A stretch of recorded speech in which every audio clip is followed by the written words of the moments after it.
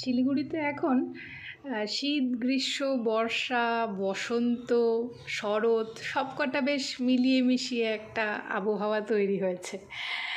তা এরকমই এক মনোরম বিকেলবেলা আমরা ম্যাডাম মিঠাইকে সাথে নিয়ে গিয়েছিলাম গাজলডোবা, তিস্তা ব্যারেজ।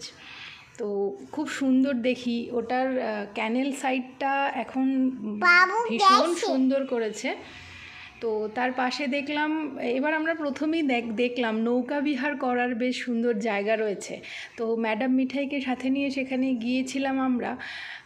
নৌকা এই 30-40 মিনিট মতো ঘোরাচ্ছে, ওদের হিসাবে প্রায় 1.5-2 কিলোমিটার মতো বলছে ওরা। তা খুব ভালো লাগলো, সবাই দেখলাম বেশ জাল পেতে মাছ ধরছে, বহু জেলেরা আবার ছিপ দিয়েও মাছ ধরছে, আবার অনেক শৌখিন মানুষজনও মাছ ধরছে। তা সেখানে গিয়ে ম্যাডাম মিঠাইয়েরও খুব ভালো লেগেছিল, খোলা জায়গা, নদীর পাড়, সে খুব মজা করেছে।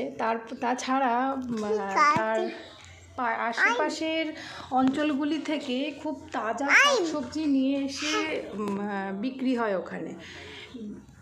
এত ভালো লাগে, আর একটা আলাদা একটা পরিবেশ রয়েছে ওখানে। চিংড়ি মাছ ভাজা, ইলিশ মাছ ভাজা, যেমনটা আমরা বেশ দীঘার সমুদ্র সৈকতে দেখি, সেরকম খানিকটা আর কি।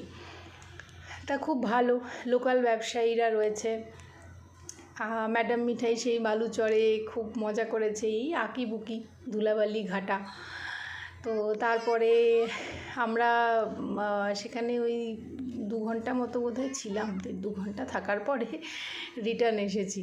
ম্যাডামকে তো আনাই যাচ্ছে না, কিন্তু সন্ধ্যা হয়ে গেছিলো। আসলে যাওয়ার রাস্তাটা না, এক সাইডে পুরোটা ক্যানেল পড়ে, আর এক সাইডে বেশ জঙ্গল, ঘন জঙ্গল। তো ওই জন্য আমাদেরকে তাড়াতাড়ি চলেও আসতে হয়েছিল। তো এই যে ম্যাডাম, সেখান থেকে আবার তাকে খেলনাও কিনতে হলো। যাই হোক, সেদিন বিকেলটা খুব ভালো কেটেছিল আমাদের। টাটা।